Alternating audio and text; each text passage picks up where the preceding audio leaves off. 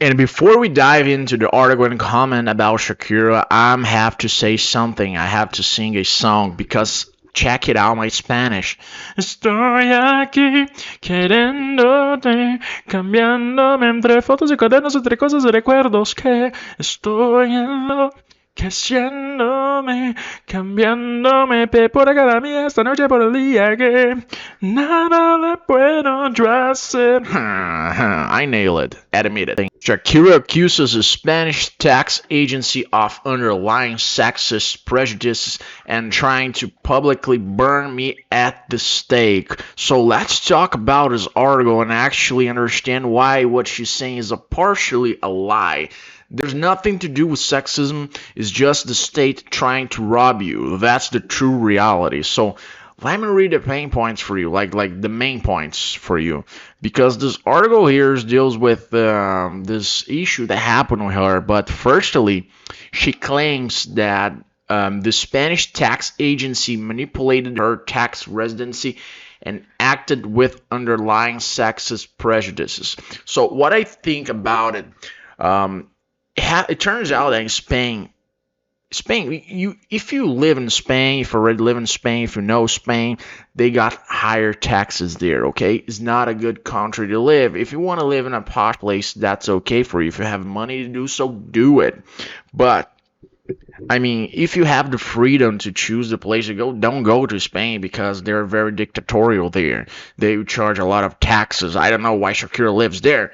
Just because she's a Spanish speaker, she thinks that can live there. Go to another country then. Come on, there's Uruguay. They got lower taxes, and actually, there it's some sort of high cost living there compared to other South American countries. But in terms of criminal index, they're actually partially good. So I wouldn't live in Spain. Fuck it, Spain. I would visit there, but I wouldn't declare my taxes there. It's a very dictatorial place, as I said before, right?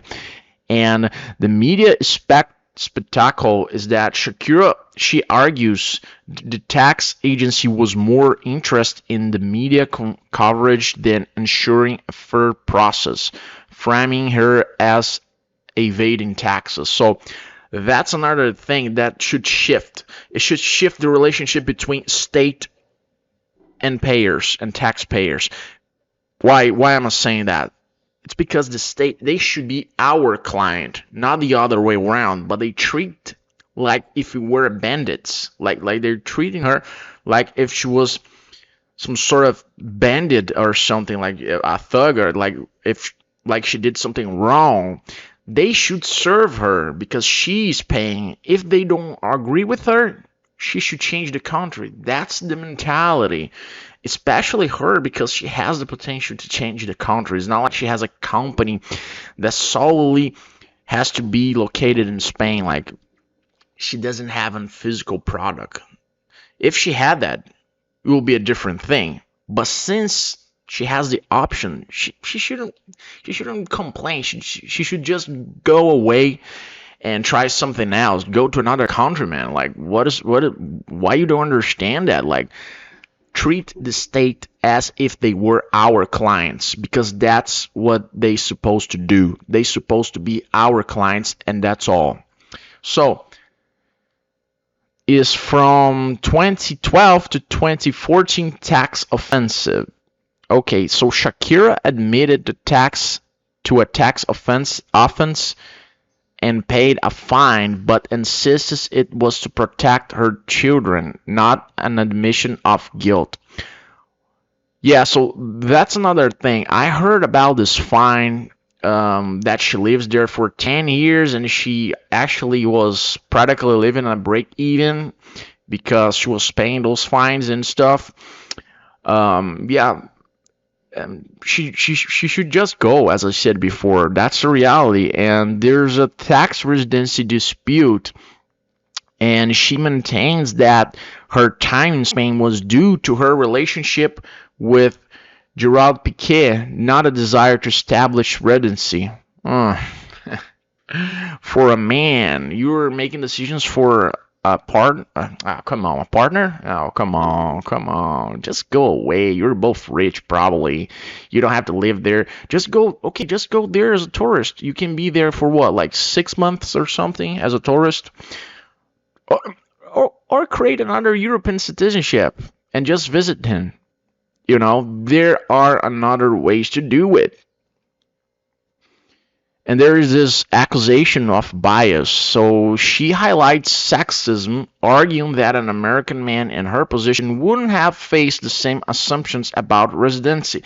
This is something that a lot of Latin American countries think. They also think that someone that is American is superior, and maybe some people would treat them as a superior, which is wrong, obviously. But I don't think the argument is right. I think if the state wants to tax you, they will do it regardless of the fact. I think the only thing that will change the way they tax you is if you are their friend. If you are their friend, if you were cool with the state, if you have connections there, then they would charge less. And maybe the relation of people that are more friends of the state, as men and as women, maybe it's higher for men. That will be an argument, but not like American would they would require less taxes. For example, okay, I can understand the argument. Maybe American man is richer. Okay, so they would treat him better. But what it has to do with man, it has to do with the country that the person came from. Yeah, she's from Colombia. But they also know that she is rich. Come on. I don't think this argument it's right. So there's this financial impact too. She describes her time in Spain as a financially lost decade, as I said earlier, with all earnings during her tours being absorbed by the Spanish state. Yeah, that's the reality. What I said here earlier, and I'm going to say this again, say this with me one more time. She doesn't have to live there, okay? She has the option to go out to another country and pay less taxes. I don't know why she's doing that. She created this problem to her. Yeah, but I agree. The Spanish state is very dictatorial. And they're also complaining about a lot of people living there. So just leave that shit. Spain is not so good at all. Fuck that shit. Just kidding. It's a nice place to visit, but not to live and pay taxes. Fuck that. Come on. There is this presumption of innocence, so she criticized the tax agency for publicly criminalizing her before the trial, violating her rights. Yeah, that's right. They try to put a label of a thug or bandit or trying to not pay taxes or whatever, and she had paid the fines.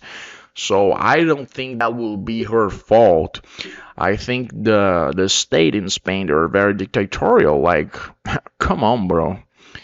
And there is also this personal reflection that she emphasizes the tool on her personal life, stating that her decision to settle the case was for her children's well-being, not an admission of guilt. If she wants her children's well-being, go to another country. That's all. Come on. I mean, fuck that. We're living in an era that in the near future, the states were going to compete to receive us. They will be our client because the world is decentralized. The information is already centralized, and now the finances will be decentralized. We live in an era that the dominant currency will change. Take a look at the graph of dominant currencies per centuries. For each century, you will see that the Portugal currency lasted for 95 years.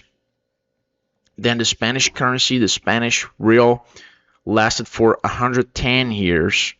This was in the 1600s. Okay, so yeah, just for you to know, the dollar was not the main currency. By the way, the word dollar came from the Spanish currency. Okay, so yeah, So the dominant currency always lasted for 100 years. 110 years was the time that lasted longer, which was for the Spanish currency.